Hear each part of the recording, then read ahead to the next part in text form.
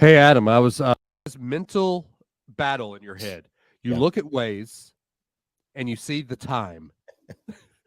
Dadgummit, I'm going to beat that time. Even if it's by a minute. Daddy, I've got to pee. Here's a bottle. We're making good time. We're making time, Dadgummit. Daddy, I'm tired. Daddy, I'm not tired. Here's a melatonin gummy. Knock yourself out, kid. Knock yourself out, quite literally. All right, so we are 20 minutes into this thing, and we hadn't even started.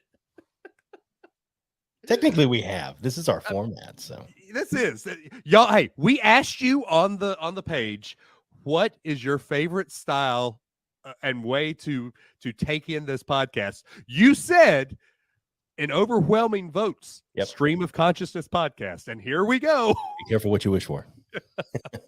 You might get ADHD Dave Adams in full glory. Okay. All right. What's so next? We got some. Ooh, squirrel. What? We've got some unrelated topics. Watch this. Watch this. All right, ready? Engage host mode, Dave. Take a breath. Because we're doing this on video. And for those of you who want to see this moment, take a breath. I was expecting your alarm here. We got too much to talk about. Come on. Ready? Take a deep breath. Can't deep breath. A look that passes across your face too when host mode engages. So go ahead. Okay. Is there really a look that goes into that when I get into host mode? Do I really? Yeah, it's a whole thing. It's a persona. And welcome back. Well, see, that's kind of funny because that does lead into the topic that we were going to talk. One of the That's topics. True. That's true. One of the things that, here we are. We're 108 episodes in now. And we've talked about meeting in college. We've talked about, what we did in college. Yeah,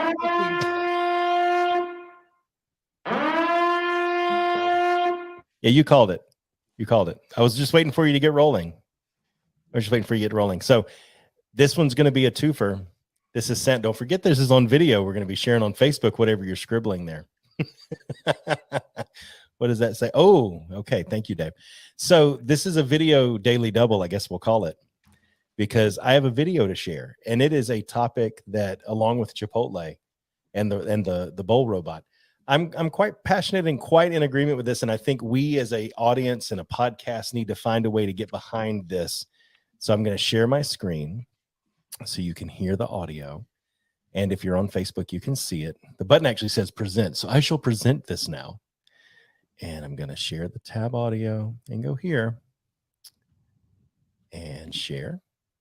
And here we go. Dear Crayola, many color theory teachers like myself use your products. Crayola crayons are just about synonymous with the joy of discovering and exploring color. However, I'd like to suggest that the current lineup of the 24-pack could be adjusted. I'm sure you must know that while the red and scarlet crayons look different, they color the same. And you must be aware that orange and yellow orange are rather close together in hue, while green and blue green are quite far apart. In fact, if we plot the 24-pack to a perceptual color space, we can see a number of irregularities as we go around the hue circle. For instance, look at how green-yellow is basically a lower chroma yellow. Of the 24 crayons, 18 are full chroma hues. So why aren't they more evenly spaced? You wouldn't need to create new colors to do this. You already have the colors needed in the 120-pack, but not everyone wants, needs, or is willing to shell out for the 120-pack. So here is my proposal for a 24-pack, a kind of color theory teaching edition. Beautiful? In this set, I've deleted 8 crayons and replaced them with Wild Strawberry, Bittersweet, Banana Mania, Granny Smith, Jungle Green, Robin's Egg Blue, Royal Purple, and Plum. This set of hues is more evenly stepped. I found the high chroma crayons whose readings were closest to 20-degree intervals of hue. Using these colors would therefore help teachers more clearly illustrate what hue is as a quality of color perception. Right now, in contrast, yellow and green yellow are labeled as though they were different hues, but in fact they're nearly identical. Scarlet is redundant in hue to red, and so on. In closing, Crayola, I hope you take this video for what it is, a love letter to your crayons and their usefulness to the pedagogy of color. Absolutely. Please consider the value of packaging crayons aimed. What you just said is one of the most insanely idiotic things I have ever heard. At no point in your rambling, incoherent response were you even close to anything that could be considered a rational thought. Everyone in this room is now dumber for having listened to it. I award you no points, and may God have mercy on your soul. You're not allowed to share anything during the alarm, Dave, but I'll allow it this one. I mean, come on. That was a perfect response. It was actually a very, very well thought out and logical thing to look at in terms of colors. Why would you have such redundant colors in a package of crayons? It's supposed to represent more than just a base set. Okay. It's actually a really cool thing to think about. So this plays in a little bit to something I wanted to talk about. Oh, okay, cool. While we got into college topics, and we'll get into yours first. Are you trying to say that I got into my topic because I'm a nerd? Well, is that how it plays in? I do. Okay, so most people know I work with NASA, and I work for contracts with NASA. So I deal a lot with engineers, and I deal a lot with technical side of people. Why is it? And this is something that you live in. Holy crap, I do have a voice and a look when I get into host mode. Told you.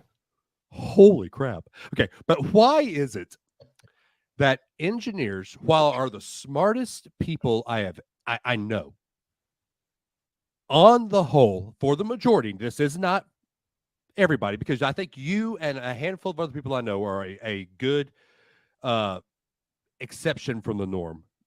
Why is it that most engineers are the dumbest street smart people, but they're the smartest book smart people you've ever met?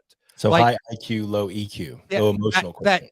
That hue color wheel thing is a perfect example, because he's very smart and he was very learned in what he said, but I glossed over immediately because of how much information he was throwing at me in 30 seconds. Well, he's still a theory teacher, right?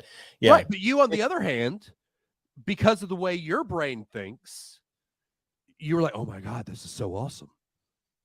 Well, because if that was a TED Talk, it would be literally viral. If someone with a little more charisma, because he was very learned and polished in the way he spoke, and his cadence was okay, but if that was a TED Talk and someone was like super energetic about it, to your point, and knew how to get them, that would literally be viral, and Crayola probably would have already changed it by now, right? Right. You want to know why? The real reason? Why?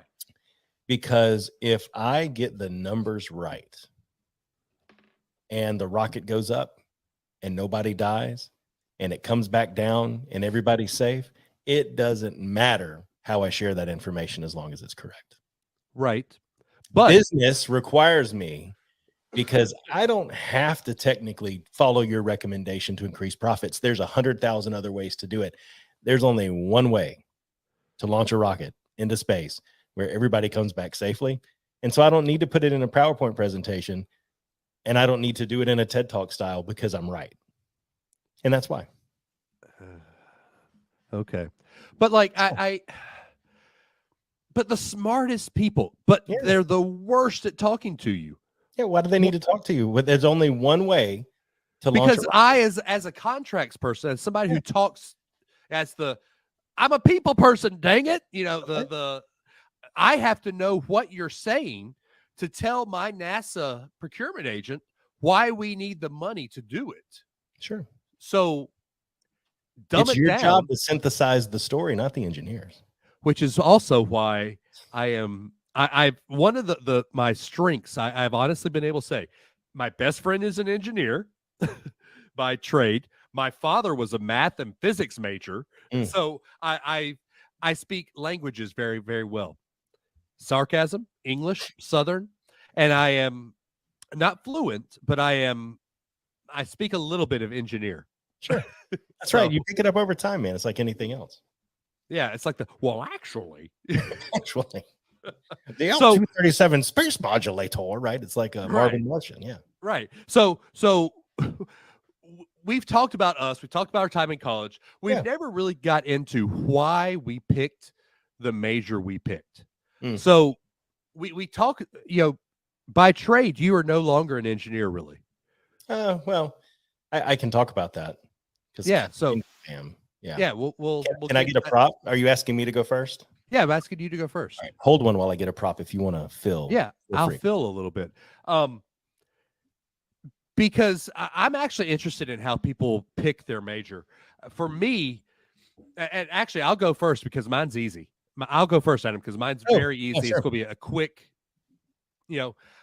I actually went into school to do law. Like I wanted to go into the law because I grew up. And my parents always say you can argue with a brick wall. I still can. I'm good at it. It's true.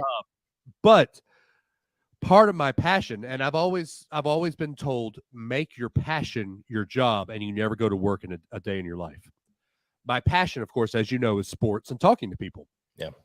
So I went to school to be a sports broadcaster. Now, when I went to school originally, it was a lucrative business. It was very hard to get into and very easy to make good money. Well, when I finished school, it wasn't. It was easy to get into and very hard to make money. So Sure. I went a different route and used this as my my way of making my passion. And now I truly do work, but I am very passionate about what I do. I don't know if I've actually told this story. I am contracts for the SLS team here in Huntsville. Boeing's working on the rocket and everything. Yep. Originally, when core stage 1 was about to go up, which is what they did. What was that, December time frame? Yeah. They shared a picture of the Saturn V rocket that sent up all the Apollo missions, and of course Boeing built that as well. Yep. And it said we're standing on the giants that created this. I guess I didn't know that Boeing had that contract for some weird reason. I knew but didn't know, and that picture hit me because my grandfather moved his family from nowhere, Redmond, Washington, to come work and be a test engineer on the Saturn V, like Washington State. Wow. Dad was born in Illinois. Okay. And then Grandpa moved up to Washington to work for Boeing, and then they moved him down here when NASA they got the contract. But so for his entire career, he worked with NASA and Boeing on the Saturn V.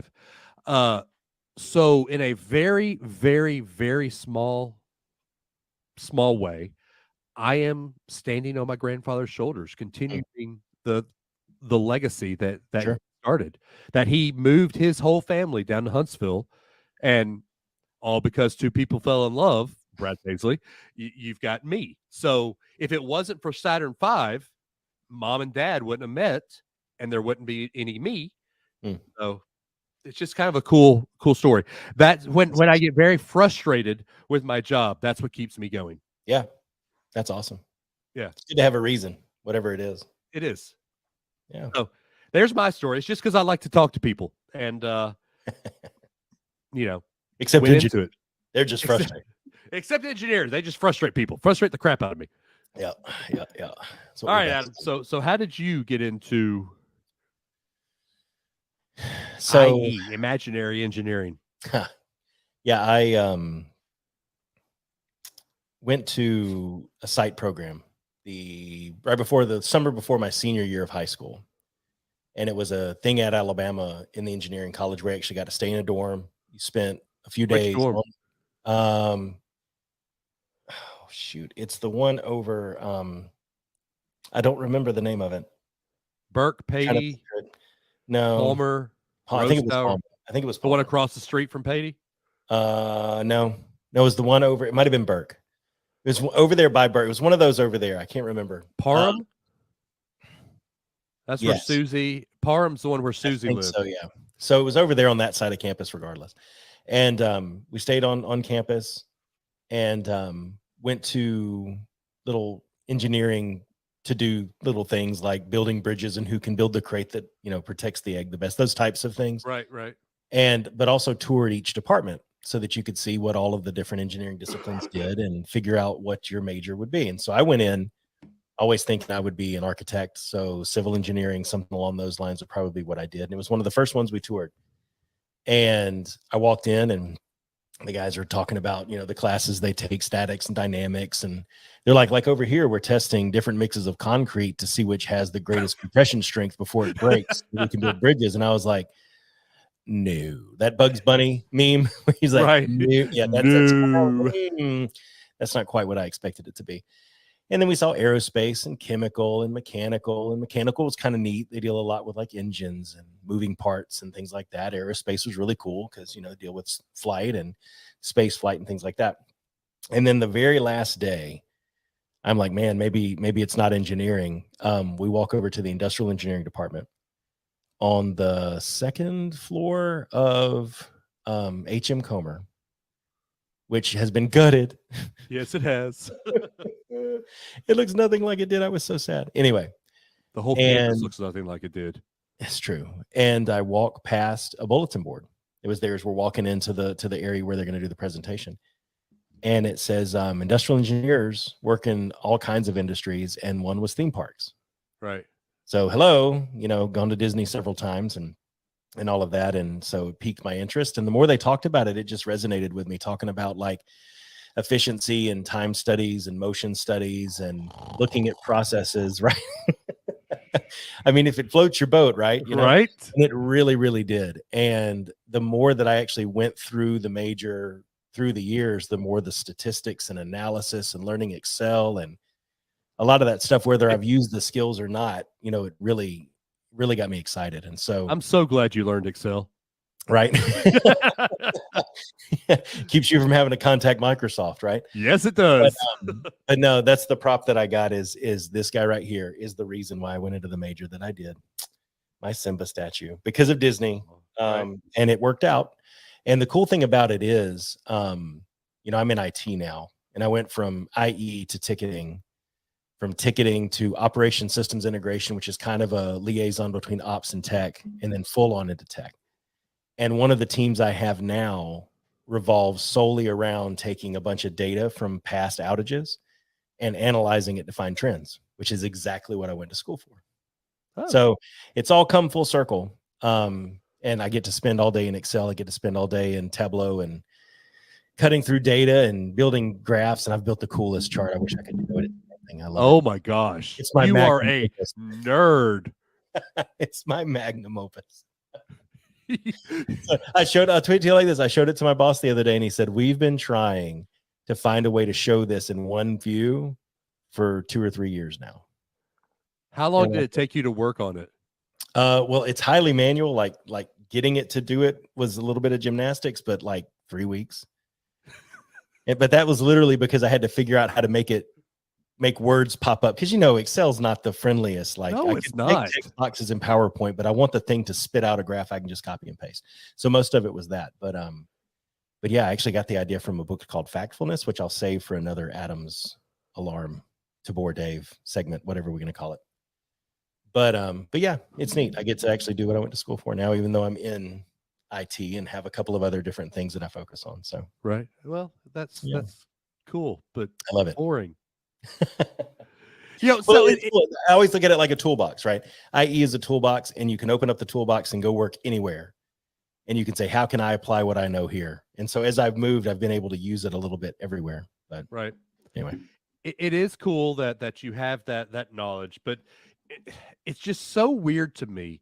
And I need you to help me understand. Sure. You've tried, but it's use non-engineering words here. Okay. Why are some engineers like yourself able to talk to people, but some don't? That's what I don't get. Yeah. Like if you're as smart as you have to be to get through engineering, you have to engage your right brain a lot. I'm right. The right brain people are the engineers, the math, the dragnet. Yeah, just the facts, sir. Just the facts. Yeah. Your left brain people are me. Yeah. So how are you able to kind of surf in both? Yeah. How are some engineers able to surf in both? Well, I think there's some of it's just a natural tendency, right? Some of it's just soft skills people are born with, they're able to develop. I think the reason for me is IE was a lot of analysis, but then you have to present your analysis in a way that helps people make a decision. Right. And that's the part that, like I was alluding to before, in aerospace engineering, it does not matter how you present it. Bernoulli's constant and the principle of lift is Bernoulli and the principle of lift. The zero force member on a bridge, if you're in mechanical or structural engineering, is the zero force. And it doesn't matter how you say it or how you present it. If you don't build the bridge this way, it will fall. Right. And so it's up to the general contractor or the head of your architecture firm then to go sell it. I've designed you a good product. I'm on to the next project. And so I think that it's probably a lack of opportunity or a lack of requirement to present things that way. Right now, if when you get up into an engineering organization, like the people you deal with, if somebody says we're designing the SLS in this way, therefore these components are needed, it should be their boss or somebody else who's then able to work with you guys and translate that into why that means that it should be negotiated a certain way.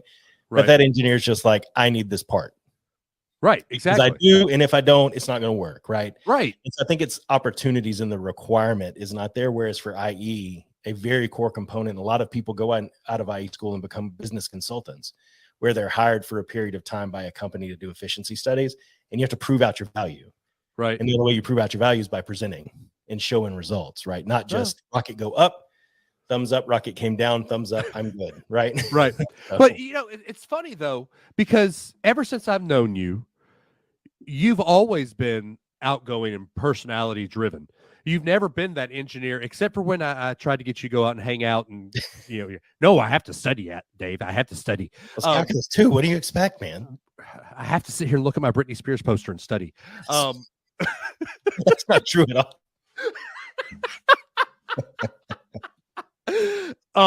But so you never, you say, he says they never had the opportunity, but you were never is it nature or nurture? I mean, because I'd say you never had the opportunity, but you never had to have the opportunity.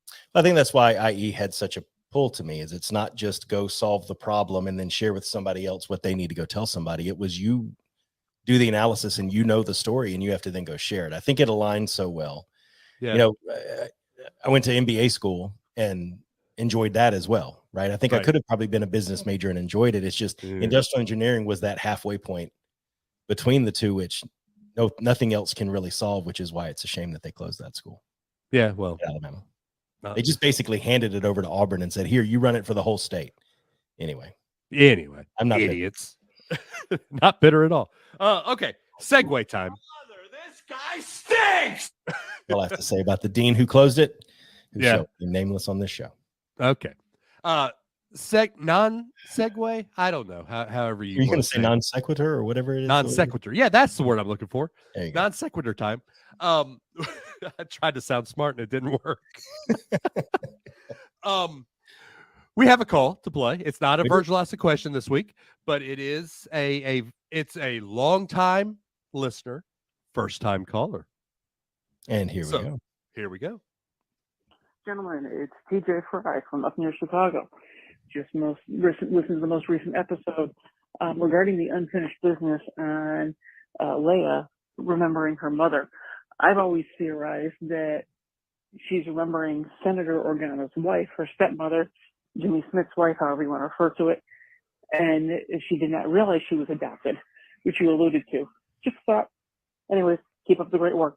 Have fun cruise days. Bye. Yeah, okay. I get that. And yes, Adam, you alluded to it as well. But don't after they've already realized that they're brother and sister, doesn't Leia say, yeah, I think I've always known. Somehow I've always known. And I remember our mother. No, I think that conversation happens. I think the mother thing happens first. Okay. It's the same scene, but I think the mother thing happens first. It's like, what do you remember of your mother? And she's like, he's very kind and all that stuff. Right. So it might be, or Georgie Boy didn't think that far ahead. There's that too. But see, I think George did, because he had all of his 9 stories planned out. Yeah. So he knew what he was doing. Yeah. So Well, maybe she can have that memory. I think it's compatible. She could have the memory of her Alderaan mother and know that Luke was her brother all along. that's I mean, true. technically. Alderanian. But it makes more sense for her to remember the original mother if she knew they were related. And I don't know. It's weird. It's very deep. It is deep. But I don't think that's a bad theory. So I don't either. I think it's a great theory. And those two topics that remembering the mother and remembering which mother, one could say that they're unrelated sometimes. Well, her and her mother were unrelated. The adopted mother. They were unrelated, but and that got me thinking. And Adam came up with some topics for this topic. This week, especially the last 2 weeks, especially has been two very unrelated fan bases have collided. Oh man! Because apparently, and it's not known for sure, but apparently, Travis Kelce and Taylor Swift are dating, and all the Swifties are now into football. And I have thoughts, but I don't want the Swiftie army coming after me. So I'll just say, welcome to football. Please don't change it. We love it. Don't try to Swiftie it up. But that got me thinking, what other two fan bases that are totally unrelated might mesh well? Well, we don't know that they mesh well. Or might mash up. And Well, mine that meshes well. I came up with one example for this topic. Did you come up with any, Dave? I didn't, because You dude, didn't. I'm It I'm was your working. idea. It was my idea, but I knew you'd come up with some good ones. I'm working. I'm packing for a cruise. Now pinch hitting for Dave's topic. Yeah, Adam Adam Russell. Joseph Russell. Can I just say one thing really quick? And I know you're sensitive to the Swift Army or Swifties or whatever coming after you, but when the NFL has had time, to create friendship bracelets that they're handing out at a game. Yeah. If this just happened, It didn't. how do they have? I mean, I'm not trying to say the NFL is scripted. It's not. People kicking a field goal with no time left when they're already winning instead of taking a knee because it gets the spread covered. I mean, there is that, but but I do have one thing to say. It's awful funny just to watch because they went from ESPN, who I love dearly, ESPN from here's the latest celebrities at every one of Dion and Colorado's games to this is the latest Taylor Swift sighting at a Kansas City Chiefs game. And from the bottom of my heart to the Swifties, when it comes to Kelce and Taylor dating, we do not care. So there you Amen. Go. Amen. So here's my thing. I want to watch football. I think we've talked about this before. I want to watch football to escape. There's so much bad on TV. There's so much drama with all this drama in the LBC. It's kind of hard to be DAVE. Nice. That was good. I like See what I did there? I see it. With all this trouble in the BAMA, it's kind of hard to be DAVE. I love it. All right. All this trouble in the HSV. Right. There you go. There you go. It's kind of hard being DAVE. So I saw a reel come across that Kelce was watching a replay up on the board, and someone took the video and said, you need to look at your significant other the way Travis Kelce stares up into the suite at Taylor. He was watching himself. He was watching a replay, right? Sort of touchdown. And that's the problem I have with it is that it's going to turn into this thing that it's not. Right? Exactly. And I think honestly, if I had my druthers, what I'd say is, okay, CBS. Oh no, how about this Monday Night Football? Since we already talked about ESPN, I want Monday Night Football to show the game. I don't want to hear about Taylor Swift. I don't want to hear about relationship stuff. You can take ESPN News and have a Taylor cam. Yeah. And you can just show Kelce on the left, Taylor on the right, and just have a feed dedicated to that and don't mention it on the big channel. So, or you get Chris Collinsworth. Well, what you got here? Travis Kelce just shook it off as he looked at his quarterback and said, "Why you got to be so mean? Throw me the ball." We haven't seen anything like this since and you- 1989. Yeah, and you know what? He looks at that ball and says, "You belong to me." That play was Taylor's version. Oh my gosh. And he looked at his jersey and he said, "This is red." Oh my gosh.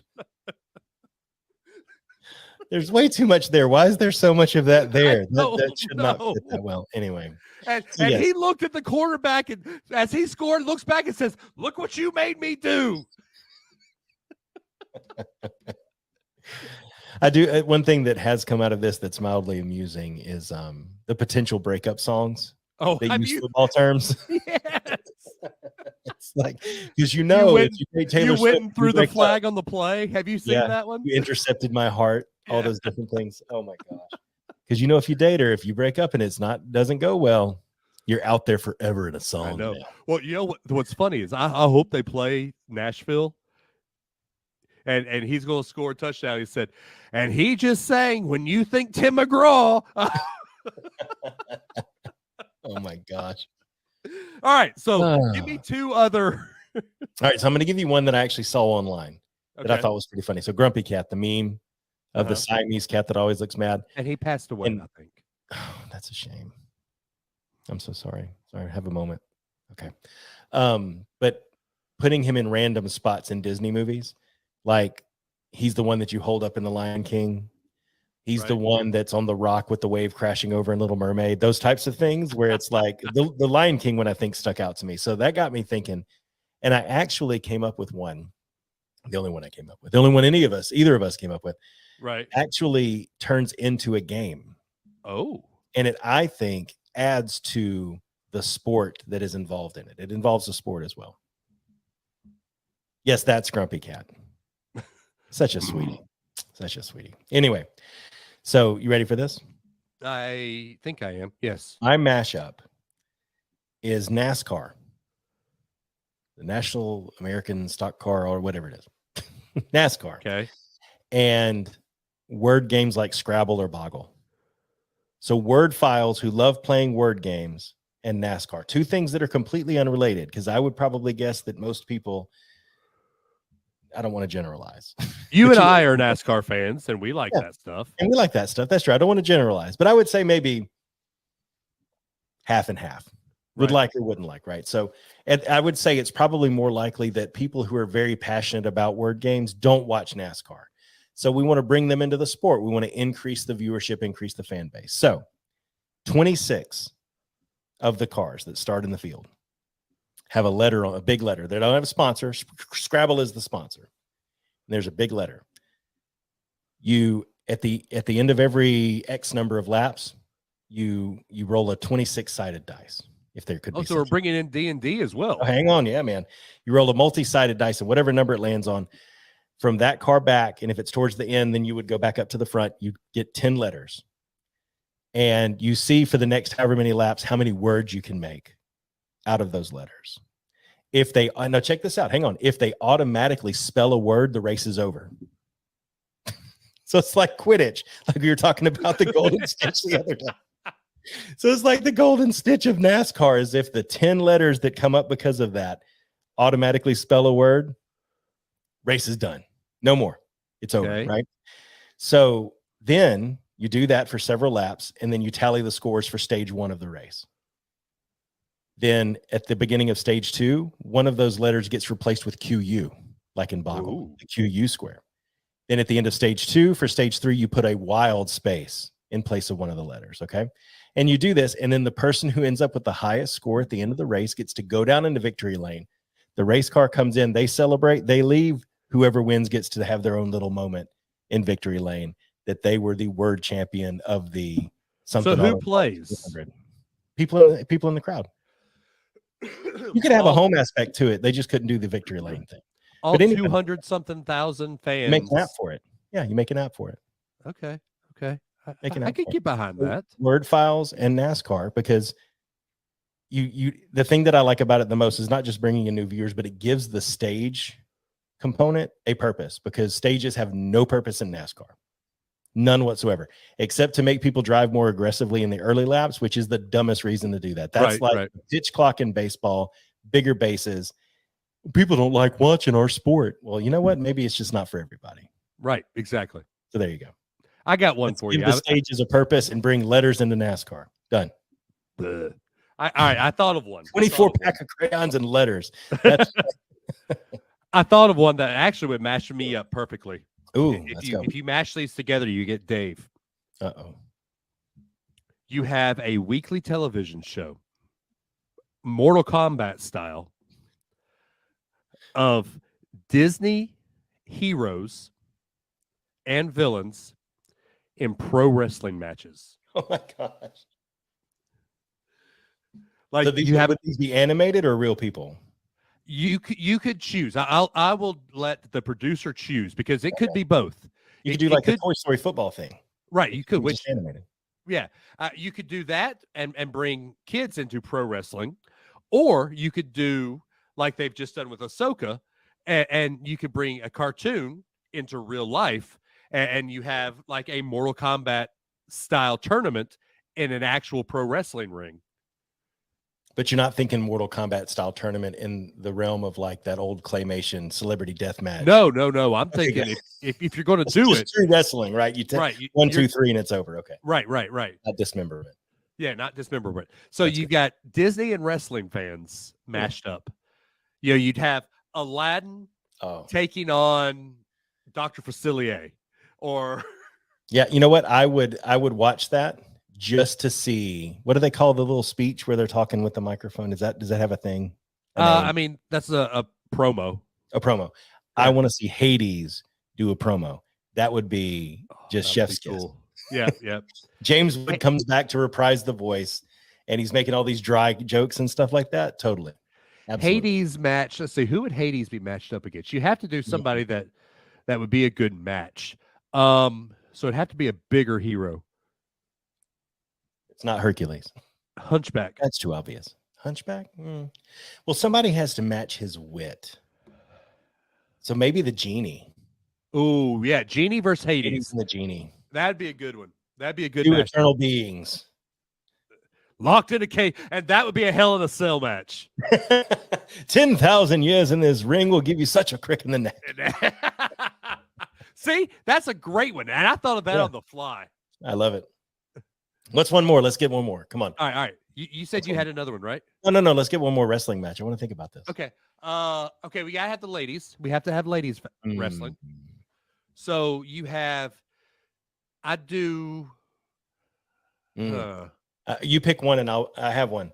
You have one. You have to have Rapunzel with the frying pan hitting somebody. It's like the chair, right? You have to have Rapunzel in the right. It's a hardcore match. That'd be the hardcore match. Yep. So I would want. I do Merida against.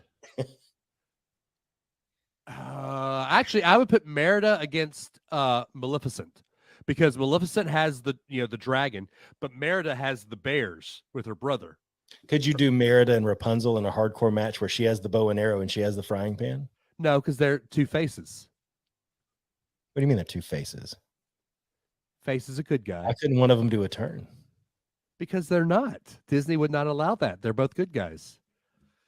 So you're talking true villain. Right. Villain versus. You're saying Merida versus Maleficent. Okay. Right. Because you got Maleficent, who could turn into a dragon, but you also have Merida, who could get help from her brothers who turn into bears. I like it.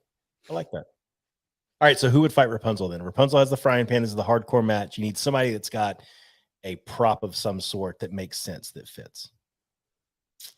Queen of Hearts with the croquet mallet. Oh, with the croquet mallet. Yep. There you go. Off with your head. Off with your head. There you go. I love it. And then all of a sudden, running down the ramp is Eugene, and they tag, and now they both, dude. Yeah. Well, no, you can't have. If you're going to do a mixed gender, I would say that the Queen of Hearts would have the White Rabbit. I'm late. Oh, bam. Or it could be the White Rabbit, or it could be the Mad Hatter. And he pulls something out of his hat. She hits you with a teapot. Yes, that's it. See, I would. The Mad Hatter's ambiguous enough, because anything in Wonderland that's not the Queen of Hearts could be good or could be bad, depending on the situation. Exactly. He could do a turn. Yep. Yeah, I like it. Okay, there were rumors that Disney was going to buy WWE. and it Yeah. never happened, unfortunately. But I need this. I need this in my life. That's This amazing. has to happen. I might actually see. I wouldn't have a problem with the cartoon being scripted, but for some reason, I have a problem with live action being scripted. Isn't that See? weird? It is That's so weird. weird. Yeah. The show. It's a male soap opera. It's like real life. Blair watches Days of Our Lives. Yeah. Right. Yeah. And it's like supposed to be like real life. But I think my problem is that no one in Days of Our Lives goes off the show and then tries to act like what they did was real. 99% of the time, they don't anymore. Kayfabe is dead. Oh, okay. Like if I walked down the street and saw Undertaker, he wouldn't go, "Rest in peace." Right? No, I mean, he was one of the last. He's retired now, but he was one of the last true guys that kept kayfabe alive as much as he could. Okay. So, like, if I meet Ric Flair on the street, it's Ric Flair. It's not. Yeah, the his Nature ring. Boy. Nature. Well, actually, he has turned into the Nature Boy. And Hulk Hogan is truly Hulk Hogan now, but not Terry Bollea. So funny. Yeah. So there you go. There. Actually, I can get behind that one. That was a good one. See, look at you. Look, see, Good on job, the fly. Dave. Gold star for you. Thank you, sir. Gold star for me. Gold star. All right. You said you had one more, didn't you? No. Oh, okay. Well, there I you had go. one more. I was talking about Rapunzel. Okay. Gotcha. Yeah. Where did Grumpy Cat come in with your? Well, I Googled fan-based mashups, and that's literally the only thing that came up on the internet. So this is a topic that no one else has covered, which is very hard to do. Wow. In media culture. So look at us. Take off, man. Look at us. All right. Oh, yeah. Disney wrestling. We need it. And Scrabble NASCAR. I think the Disney wrestling has more chance of happening. Disney wrestling. We need it. Yeah. I'm sitting here thinking of matches now. Beast. Oh, dude. Beast would have to have a match. Beast in Beast form. Not Adam, Prince Adam. It has to be the Beast. Is a hero? He's a hero. Yeah. Well, what if he could shapeshift against a villain who could do the same thing? But Beast doesn't shapeshift. What if he could? Merritt also doesn't turn into a bear at will. You talking about Maui? Maybe. But he's not a villain. No, he's not. Oh, what about the shiny crab? That would be pretty cool. I can get behind that. But now I've got to have a match for Maui. Oh, I know. Okay, here you go. The shiny crab versus the flying tiger from Coco. I like that. Mythical animals. Yep. You know, that kind of thing. All right. So who would Maui go against? Maui. Well. Scar. Hmm. I'm looking at my pops. That's why. I'm going down the list. Yeah, Scar. Okay. We know Hercules can't go against Scar because there was a Scar throw rug in Hercules. So yeah, exactly. Yeah, that match. That one's already been settled. Already won. Oh, dude. Okay, that was fun. I need this in my life. He's like, I need this. I need y'all when I come back from the cruise. I need y'all, our listeners, to have some good mashups for us. Some good wrestling mashups for Disney characters. Maybe we could put something on the listener group to solicit them. Yes, but it can't be until next week. So that'd have to be on you, sir. Yeah, okay, fine. Yeah. Because who will help me edit the podcast? Who will help me post the socials? Man. Who will help me go on a cruise? Oh, they don't need help with that. Who will help me learn to dance the salsa by making a salsa? Oh, I can't wait to hear that story when you get back. I will watch my kids dance the salsa. Well, go ahead, girls. Go ahead. Let me eat the salsa. Can I get more chips over here, please? No, you have to salsa your way over here. That's right. Cha cha cha. 1, 2, 3, 4, 5. Oh my gosh! You know what just popped in my head? Do you remember the Tool Time, the Home Improvement, where Jill makes him go and take salsa lessons? Yes. I love it. That's going to be me. Spin me, Tim. If there are as many drinks as they made it sound like, you never know. I mean, it could happen. It's me. Spin me, Amanda. This is actually quite enjoyable. I'm having the time of my life. No, I will never say that on a salsa lesson. Never know. All right, so guys, we say it all the time. We love you guys, and we really do appreciate it. We thank you, TJ, for calling in on the delivery line. We Just realized I wasn't there the whole time. Hey, look, that's and there been it there is the whole time. 863-345-0088, the delivery line.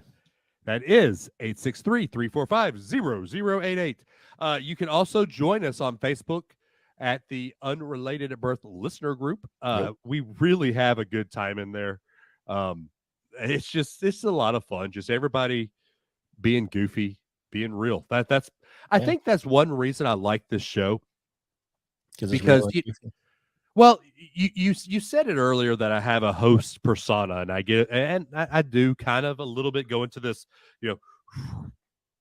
mode, but it's me. It's not a fake me. It's really just kind of do what?